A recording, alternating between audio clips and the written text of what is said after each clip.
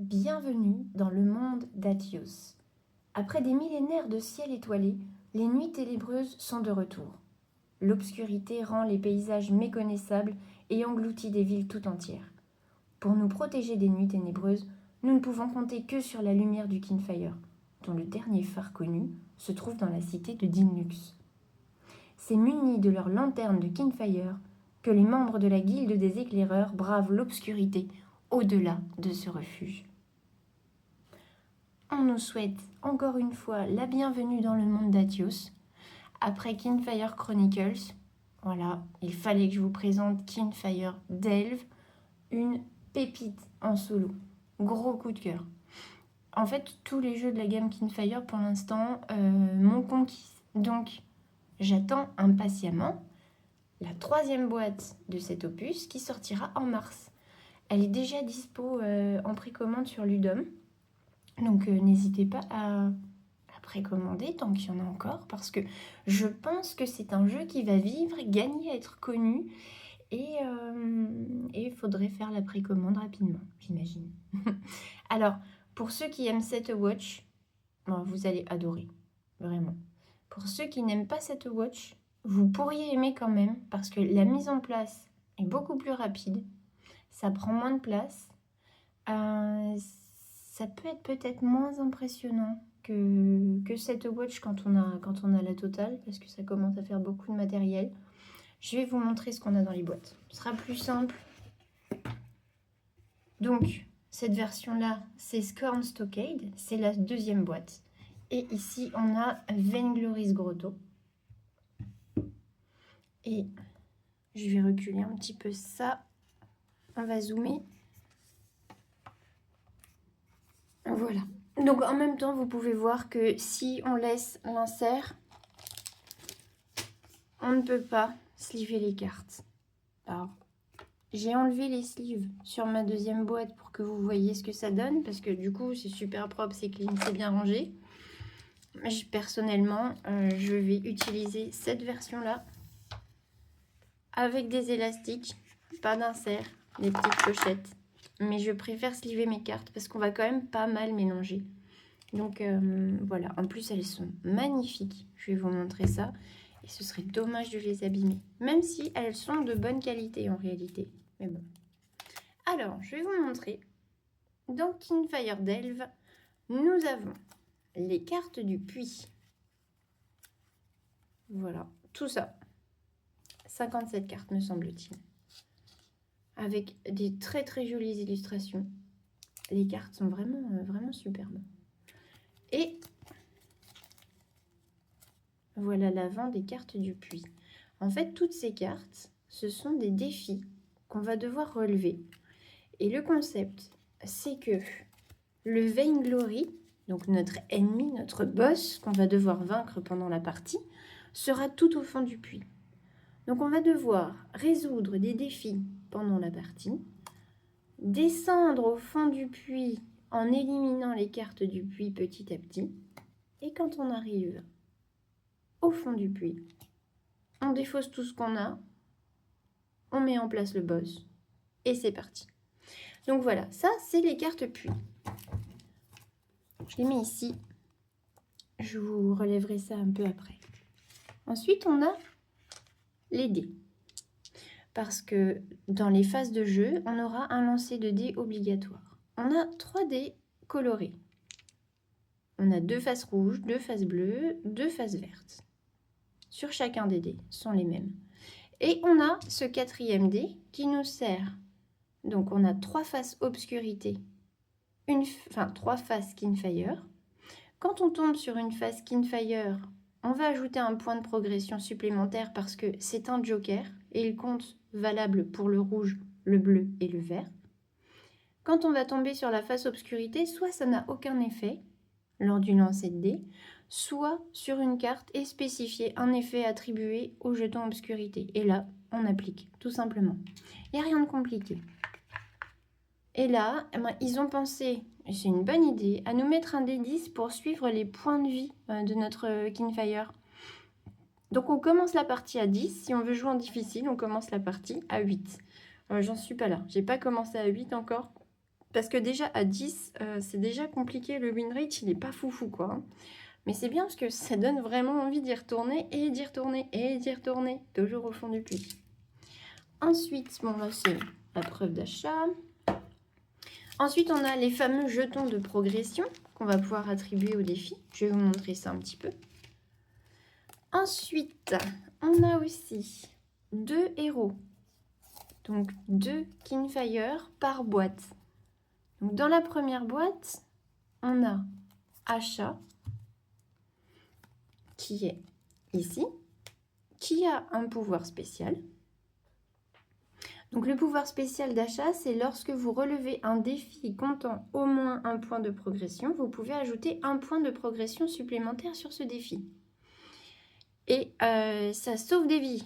Non, en fait, les pouvoirs, les compétences particulières des personnages sont toutes intéressantes.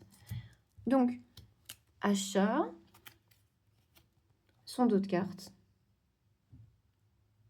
qui est vraiment, vraiment beau. Vous voyez que c'est des feuilles en plus, et on a des petits reliefs sur les cartes. Sa carte lanterne, avec un dos spécial. Elle entre en jeu face cachée. Et vous allez voir, pour activer la lanterne, c'est pas du tout pareil que dans Kinfire Chronicles. Donc, achat qu'on va mettre ici, avec toutes ces cartes. Voilà. Donc, on jouera toujours avec les mêmes cartes hein, pour le deck. Dans ce jeu-là, le deck n'évolue pas. Mais en fait, avec le hasard de la pioche, on a plein de façons de jouer pour les mêmes personnages. Ensuite, on a Cor, le deuxième personnage. Alors lui, il a une mécanique super intéressante qui va jouer avec les boucliers.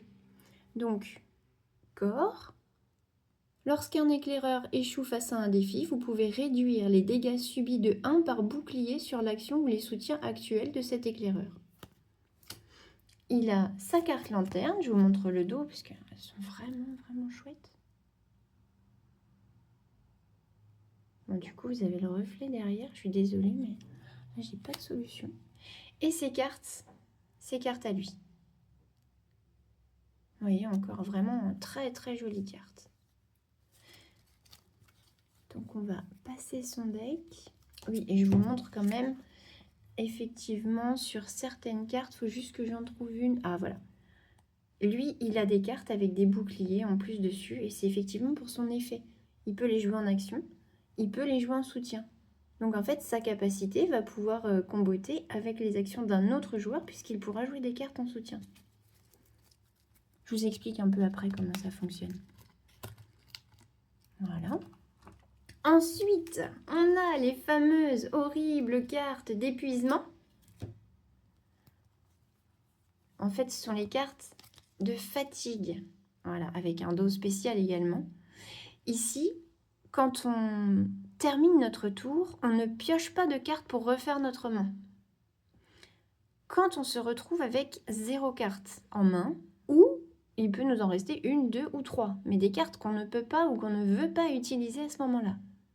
On va alors défausser notre main, ou tout simplement refaire notre main parce qu'elle était vide. Donc on repioche 8 cartes en solo, 7 en solo, et on met une carte fatigue en jeu. Et cette carte va rester en jeu, sauf si on arrive à obtenir un effet qui nous permet de la défausser. Donc par exemple là sur Toile de Vainglory, complétez le plateau avec une carte puis de moins, mais sans effet pendant l'épreuve finale. L'épreuve finale, donc, c'est quand on va pouvoir affronter le boss. Donc, vous voyez, ces cartes fatigue, elles vont nous handicaper au fur et à mesure de la partie et on va les cumuler. Donc, il va falloir faire attention à essayer d'en retirer, essayer de bien optimiser l'utilisation de ces cartes pour ne pas en utiliser trop, pour ne pas être trop fatigué, pour ne pas avoir trop de cartes en jeu et perdre la partie. D'autant que, épuisement par exemple, si 3 exemplaires de cette carte sont en jeu en même temps, vous perdez la partie. Donc je peux vous dire que quand on est en train de jouer et qu'on en a déjà 2 en jeu et que la main commence à se vider, eh ben on commence à transpirer. Parce qu'il n'y a pas beaucoup de cartes fatigue, les probabilités de tomber sur 3 épuisements sont quand même importantes. Voilà pour les cartes fatigue. Ensuite, je les ai pas mises dans le bon sens. Voilà, on a les cartes du Vainglory, donc le boss qu'on va affronter dans la boîte Vainglory's Grotto. Ce boss, on a 3 itérations, 3 façons de jouer contre lui. Au début de la partie, on va mélanger tout ça, ou piocher, ou tirer au hasard, peu importe, jeter les dés. On en prend un qu'on va mettre au milieu. Et il a une capacité spéciale, systématiquement. Par exemple, lorsque vous relevez un défi difficulté +1 par autre défi en jeu portant le même nom. Parce qu'en fait, il y a des cartes qui ont des effets dans le puits qui vont s'accumuler et il y en a plusieurs. Et du coup, quand on se retrouve face à cette situation, lui, il va en plus empirer les choses. Donc, le Vainglory. Et les dernières cartes à prendre en compte sont 4 cartes combat. Donc, petite main, patte d'araignée, la beauté et la grâce. Ces cartes-là, quand on arrive au moment du combat du boss, se mettent autour de lui, comme les défis lorsqu'on descendait dans le puits. On retourne le boss. On découvre sous quelle forme on doit l'affronter. Pardon. Alors, je ne retourne pas la carte pour que vous découvriez. Enfin, je n'approche pas trop la carte pour que vous la découvriez quand vous jouerez vous. C'est quand même plus sympa. Donc, chaque exemplaire du boss, donc les 3 que je vous ai montrés, ont une façon particulière d'être vaincus et une façon particulière de pouvoir jouer autour et nos cartes. Le truc vraiment chouette, c'est que pour pouvoir taper le boss, on va devoir le rendre vulnérable à nos attaques parce que quand on arrive face à lui, il ne l'est pas du tout. Donc, pour qu'il soit vulnérable à nos attaques rouges, on va devoir d'abord s'occuper de tuer la grâce. Et hop, on la retourne. Et là, on nous dit que le Vainglory est maintenant vulnérable aux attaques rouges. Donc maintenant, je peux commencer à le taper avec mes cartes rouges. Idem pour les cartes vertes, idem pour les cartes bleues. Voilà. Et on n'oublie pas, si j'attaque le boss avec une carte rouge, que je lance les dés et que j'ai un résultat rouge, je mets +1 sur ma progression. Donc, je vais vous montrer en rapide et on fera une partie très certainement ce week-end. Mais je vais vous montrer en rapide ce que ça donne. C'est plus simple que de vous expliquer comme ça. On va prendre le puits. On va jouer avec achat. Donc on pose sa lanterne face cachée en début de partie. Sa carte perso avec sa compétence spéciale. On n'oublie pas parce qu'elle est vraiment utile. On met notre dé sur 10. 10 points de vie. Je l'ai mis de travers? Non, c'est bon. Ok. Ensuite, on va choisir notre version du Vainglory. Il entre en jeu pardon, avec sa capacité, que je vous ai lu tout à l'heure. Et là, tout simplement, on va poser 4 cartes défi autour de lui. Alors là, on a un exemple particulier, on tombe sur un événement. Un deuxième événement, un pantin et 3 fontaines. Alors, je vous montre ça. Le pantin, c'est une carte combat. Alors, pour que vous compreniez comment fonctionnent les cartes, ça, c'est le niveau de progression qu'on doit atteindre. On doit atteindre 7. Ça, c'est la récompense qu'on va avoir si on arrive à vaincre ce combat. Ça, c'est la pénalité en cas d'échec. Donc, si ma progression est inférieure à 7, je vais poser les points de progression que j'ai déjà réussi à avoir, mais je vais prendre la pénalité. Après, ça me fera avancer pour plus tard. Donc, ça permet des fois des choses intéressantes. Ici, on a une carte événement, le grand bal. Défausser tous les défis en jeu, ainsi que cette carte, en les plaçant en bas du paquet puis. Donc, cet événement-là, il faut que je choisisse d'interagir avec. Et quand je le fais, je résous tout simplement. Donc là, il n'y a pas d'interaction avec les cartes de mon deck. Il n'y en a pas besoin. Ensuite, les 3 fontaines. Ça, c'est un bon exemple de ce que je vous disais tout à l'heure. Les 3 fontaines, on va avoir besoin de 11 points de progression.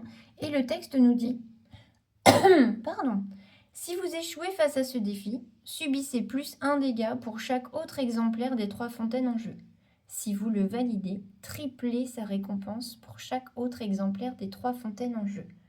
Les 3 fontaines, il y a 3 exemplaires dans notre puits. Après, sur 57 cartes, il faut tomber dessus. Mais ça veut dire que si on échoue, on peut perdre 3 points de vie. Par contre, si on valide, elle sera défaussée, donc on va la faire descendre dans le puits, mais on va considérer que les autres cartes sont bien validées. Donc il faut bien faire attention aux mots. C'est pas que les autres cartes sont défaussées, c'est qu'elles sont validées. Donc si par miracle on se retrouve avec 3 cartes, 3 fontaines dans notre puits, on va descendre 27 cartes du puits. Du coup, on va faire une avancée incroyable jusqu'au boss. Voilà. Donc ça, je repose ici. Ce qu'il faut savoir, c'est qu'on ne voit pas systématiquement toutes les cartes. Parce que on défausse les cartes toujours face cachée. Donc vous pouvez faire pas mal de parties. Ah, mon chat m'a certainement ramené une souris en plastique. Oui. Vous pouvez faire pas mal de parties sans avoir vu toutes les cartes. Donc c'est un jeu vraiment rejouable en plus. Donc voilà, ça c'est la mise en place. Vous voyez, il y en a pour 2 secondes. Donc là, j'ai mes 4 cartes du puits qui sont considérées toutes les 4 comme des défis. J'ai mon personnage. Oups, ça y est, j'ai déjà roulé mon dé. Et je mélange le deck d'achat. Donc d'achat, le nom du personnage. Et je pioche mes 8 cartes. 8 cartes. Alors, j'ai une carte. Je vous montre un peu comment ça fonctionne. Là, tout le bloc du haut, c'est ce qui va se passer si je l'utilise en tant qu'action principale. La petite ligne en bas, c'est uniquement pour soutenir. Donc là, si j'utilise cette carte en action principale, j'ai 2 points de progression que je vais pouvoir mettre sur un défi. Et attention, n'importe lequel, puisque les cartes blanches nous servent de joker. Et on me dit, avant cette action, vous pouvez déplacer un ou plusieurs points de progression depuis n'importe quelle autre carte vers le défi que vous relevez. Là, pour l'instant, on n'a pas encore posé de points de progression, vu que c'est le début de la partie. Mais c'est hyper intéressant, ça nous permet de jouer un petit peu avec nos réussites précédentes. Après, j'ai la dague, la dague d'achat. Si je la joue en tant qu'action, j'ai 2 points. Mais on me dit, après cette action, si votre main n'est pas vide, vous pouvez y remettre cette carte. Donc ça, si je la joue pas comme dernière carte, c'est bien parce qu'elle va revenir dans mon deck. On se rappelle que tout ce qui peut revenir ou être pioché va m'éviter de cumuler des fatigues. Donc, hyper intéressant, même si sa valeur d'attaque n'est pas très forte. Après, on a des cartes, voilà. Par exemple, si j'utilise cette carte en action principale, j'ai 3 pour relever un défi vert, donc comme les 3 fontaines par exemple. Mais si j'utilise cette carte en soutien plutôt qu'en action principale, au lieu d'avoir plus 1, j'ai plus 3 si je fais face à un obstacle. Donc là, dans mon exemple, j'en ai pas. Là, j'ai 2 événements, j'ai un combat et j'ai un piège. J'ai pas d'obstacle. Donc si j'utilise cette carte-là sur les 3 fontaines, j'ai 3 points. Si je l'utilise en soutien, je n'ai que 1 point parce que ce n'est pas un obstacle. Ensuite, bon, je ne vais pas vous lire tous les effets des cartes. De toute façon, on va se faire une partie. Je vais juste vous faire un exemple. Non, ça, c'est pas intéressant. Qu'est-ce que j'ai en rouge? Je vais utiliser ma dague d'achat. Là, par exemple, vous allez voir une défaite sur un défi. En fait, là, je pourrais m'attaquer aux 3 fontaines. Mais je vais vous montrer sur le pantin pour que vous voyez comment ça se passe quand on échoue sur un défi. Il faut juste que je sorte mes petits points de progression. Hop, voilà. Je vais utiliser la dague d'achat. J'ai 2 points. Ensuite, en soutien, j'ai le droit à chaque tour de soutenir ma propre action, puisque je joue en solo, 1 à 2 fois. C'est pas du tout obligatoire. Et ça, il va falloir bien le doser pour ne pas trop se fatiguer. En soutien, évidemment, il faut respecter la couleur de l'action qu'on joue. Là, vu que je joue en rouge, je n'ai pas de carte rouge. Le rouge, c'est la puissance. Je ne peux me soutenir qu'avec des cartes blanches. Alors celle-ci, j'ai envie de la garder pour faire face à un obstacle. Logique, puisque j'aurai un +3. Donc, je vais utiliser ma carte du prix, qui me donne un +1. Donc, j'ai ma dague d'achat qui donne 2, mon soutien qui donne 1. Je suis à 3 sur 7. Et maintenant, phase obligatoire, je vais lancer les dés. Oh, vous voyez pas tout, je vais essayer de lancer plus fort. Non, bon, c'est pas grave, je les rapproche. Je joue du rouge. Sur ce résultat-là, j'ai +2. Et j'ai un King Fire, un Joker, donc +1. Donc là, je suis à 2, 3, 4, 5, 6. J'y étais presque. Je pose les 6 points de progression que j'ai réussi à avoir. Par contre, je suis en échec. J'ai pas réussi à atteindre le 7. Je perds un point de vie. Donc on va passer sur le 9. Je défausse mes cartes, puisque je les ai utilisées. Et là, je vais continuer à jouer avec ma main, dans laquelle il manque maintenant 2 cartes. Donc, sachant que les dés, le jet de dés est toujours obligatoire, sauf effet de carte qui me permettent de ne pas le lancer ou qui m'interdit de le faire, on a toujours la possibilité de se rajouter entre 0 et 4 réussites. Donc, il va falloir doser entre l'utilisation des cartes, l'utilisation des dés. Là, c'est un petit peu de chance, mais il y a certains personnages qui permettent des relances. Donc, quand on combote avec eux, c'est intéressant. Enfin, voilà, il y a plein de choses à faire, plein de choses à penser. Et toujours des ordres à déterminer pour que ça se passe au mieux. On a des défis qui vont nous rajouter +1 ou +2 sur tous les autres défis. On a des défis du coup qui vont être plus difficiles si une autre carte combat entre en jeu. Ce genre de choses. Donc on a plein d'effets de jeu dans les 2 boîtes. Et j'ai hâte de voir la 3e boîte. Donc là, je vais vous montrer comment ça se passe quand on réussit un défi. Enfin, j'espère. Alors là, j'ai un 3. Bon non, en fait, on va faire semblant parce que là, je suis pas sûre. Non, là, j'aurai pas. Après cette action, piocher 2 cartes. Vous voyez, celle-ci, si je la joue en action principale, elle ne me fait que 2 points de progression. Par contre, elle me permet de piocher. On se rappelle, on évite la fatigue. Voilà. On va faire semblant, ce sera plus simple. Si je réussis à vaincre cette carte 3 fontaines, j'ai le droit de descendre de 3 cartes le puits.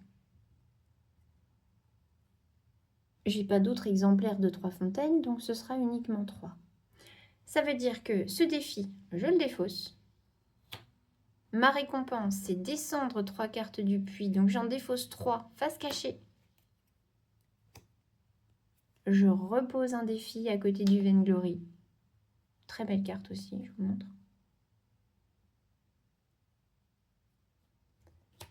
Et voilà, c'est comme ça qu'on va jouer et on va descendre au fond du puits. Petit à petit, en réussissant les défis, on va défausser, défausser, défausser. Alors attention, certaines cartes nous font remonter dans le puits. Donc on prend les dernières cartes qu'on a défaussées, on les remet. Et du coup, des fois, on peut se retrouver sur une carte qu'on a jouée avant, qui nous embêtait beaucoup. On était très content de s'en être débarrassé. Enfin bref, vous voyez ce que je veux dire.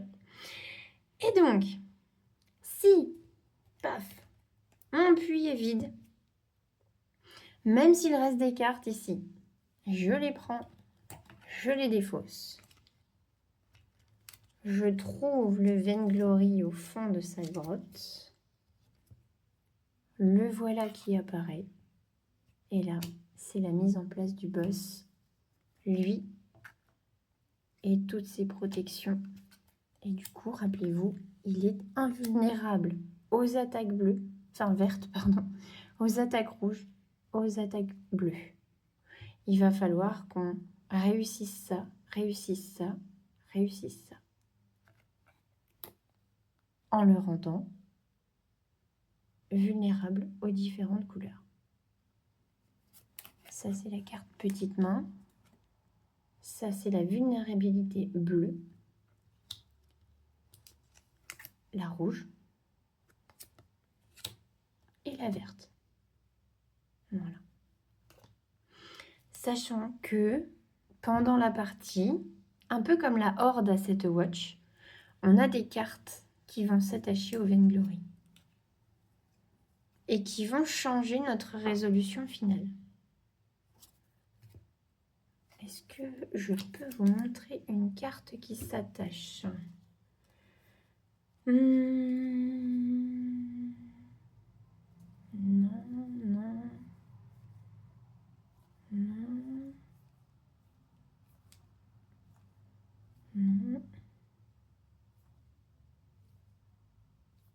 Bon, là, j'en trouve pas, comme par hasard.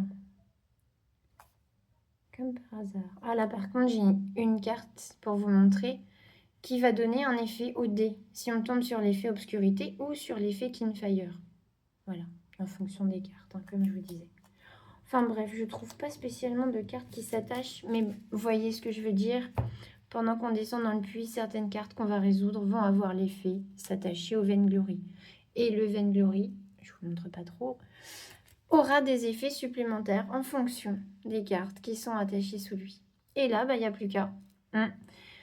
Sans oublier que on a déjà descendu tout le puits. On peut déjà être pas mal fatigué, pas mal entamé. C'est pas simple.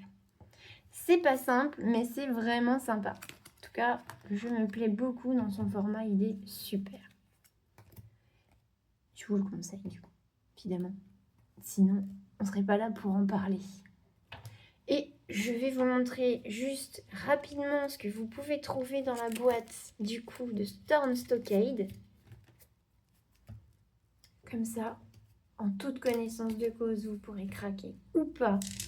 Mais du coup, on a, pareil, hein, les petits points de progression,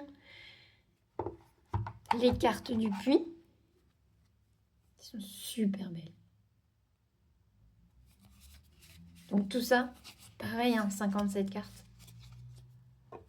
Les dés, du coup, qui sont là, points de vie, les dés normaux. Et les personnages, en fait, dans ces boîtes-là, on retrouve les personnages qu'on a dans Kingfire Chronicles, répartis dans les 3 boîtes. Mais ce sont exactement les mêmes personnages. Donc là, on a Naz, avec son pouvoir particulier, sa carte lanterne, qui est super belle, son deck, donc à son effigie. On a évidemment les fameuses cartes fatigue qui sont différentes, hein, puisque c'est un tout autre gameplay. On a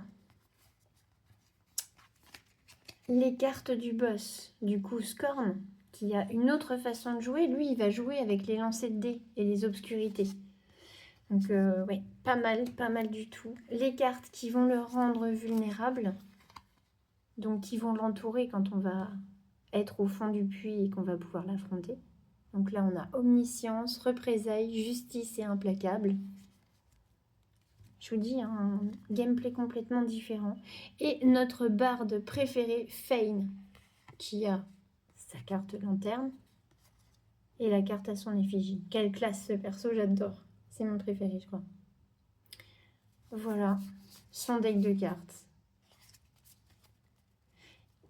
Et sinon, à préciser, là, le livret de règles, super bien fait. Je vous invite quand même à aller lire un petit coup la fac, parce que vous aurez peut-être besoin de 2-3 précisions sur le fonctionnement des decks des persos. Mais vraiment, juste sur le fonctionnement de 2-3 petits effets où parfois on n'est pas sûr de savoir comment l'appliquer. Mais c'est... Allez, ça m'est arrivé 2 fois. Mais j'ai lu la fac et c'était bon. Donc le livret de règles, super bien fait. On a une petite table des matières. On a les illustrations, on a quelques exemples, mais largement suffisants. Ça, j'adore. On a des exploits à valider. Ben là, d'ailleurs, vous pouvez voir la 3e boîte qui va arriver. Et on a des petites variantes. Quelles sont les variantes? Là. On a un mode difficile. Donc, comme je vous disais, on va commencer avec 8 points de vie. Et on peut faire des parties plus rapides. Et surtout, ils ont été très malins. À la fin, voilà, on le pose comme ça.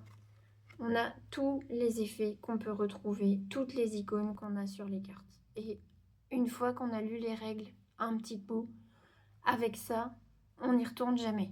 Et on n'a plus de questions. C'est vraiment très clair, c'est très bien fait. Voilà. Donc, grosse recommandation. On se fera une partie là dans tout pas longtemps. Je vous souhaite de bien vous amuser. N'hésitez pas à aller vers Kinfire Delve. Je vous ai pas dit, mais pour le prix, franchement, l'édition, elle est irréprochable. Donc, il y a le petit insert, après non compatible avec les sleeves. Ça, après, ça, c'est votre choix. Vous faites comme vous voulez. Mais on a le petit insert. Les cartes sont de bonne qualité. Les illustrations sont superbes. Moins de 25 €, je sais plus exactement, je dirais dans les 22-23 je crois. Mais non, ils ont fait des prouesses. Voilà. Donc, amusez-vous bien. Je vous dis à bientôt. Et si vous avez des questions, n'hésitez pas, je serai ravie de vous répondre. Bisous!